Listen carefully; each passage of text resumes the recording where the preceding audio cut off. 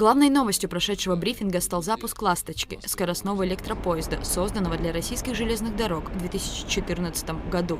Особенность «Ласточки» – ее скорость. Она может достигать 160 км в час. Предварительный график имеется. Значит, если интересно, можете посмотреть. Если все сложится как нужно, значит, я думаю, что данный график сохранится. Оно удобно. Это на первом этапе. Но в дальнейшем это график может измениться, может добавиться еще второй. Ну, я говорил, что здесь 5-вагонный состав. Вторым этапом может пойти 10-вагонный по необходимости. Тестовый рейс от Сочи до ЖД-станции в Гагре планируется запустить в начале апреля. Именно он поможет определить готовность АЖД принимать электропоезда.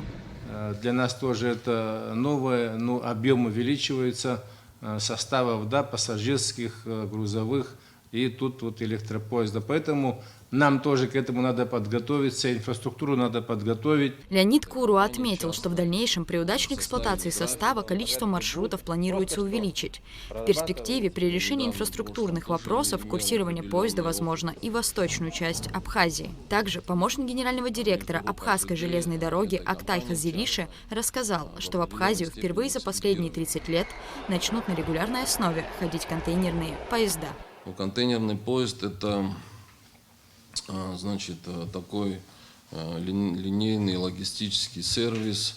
Это грузовой поезд, который идет в графике от станции отправления до станции назначения.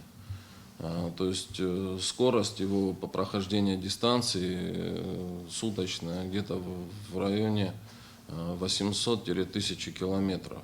По словам Актая Хазириши, контейнерные поезда будут крайне удобны для компаний, которые пользуются услугами железных дорог. Это и скорость доставки, и стоимость перевозки грузов по нашим расчетам где-то на 25-30% меньше. И контейнер – это универсальное средство, его можно использовать и для хранения, то есть он снимается с платформы железнодорожной, его можно перемещать, доставлять груз до двери, обеспечивается сохранность груза. Необходимость налаживания контейнерных перевозок появилась в связи с увеличением объема грузов.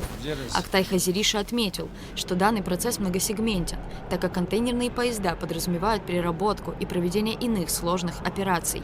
Для реализации этих функций необходимо сотрудничество с частной компанией, которая уже выбрана. Она взяла на себя обязательства по строительству контейнерного терминала в Очимчире и его обеспечению необходимой механизацией. Без политической поддержки реализовать данный проект было бы невозможно, также заметил Хазириши и выразил благодарность главе республики Аслану Бжане. Рада Чачава, Константин Парулуа, Абхазское телевидение.